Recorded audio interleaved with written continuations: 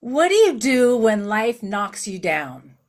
Well, if you're Paige Bueckers, you get back up again and again. Let me explain.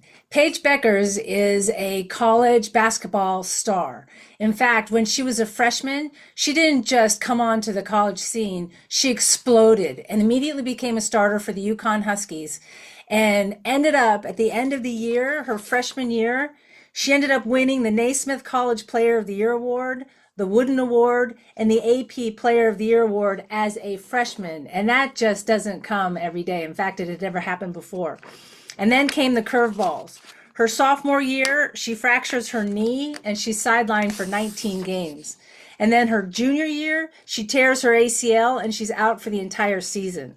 And injuries like that just don't mess with your body. It messes with your mind and your momentum and maybe even shatter your confidence.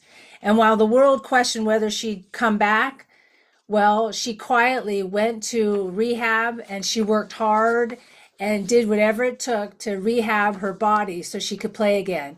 And boy, did she play again. She ended up leading the UConn Huskies to a national championship, and she averaged 20 points during the game. So I'm really inspired by Paige Bueckers because of her resilience and her bouncing back from adversity.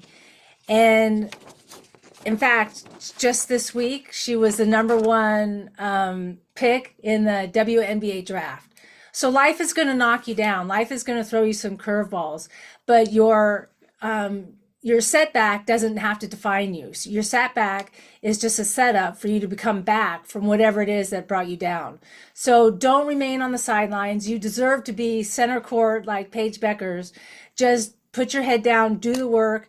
You may be sidelined right now. You may be in recovery right now. You may not be in the center court, but just keep going. I just encourage you to be like Paige, work hard, keep going, and get back out there on center court. Rooting you on from the sidelines, this is Marilyn Sherman, your head usher. Have a good Front Row Friday, everybody, and we'll see you next time.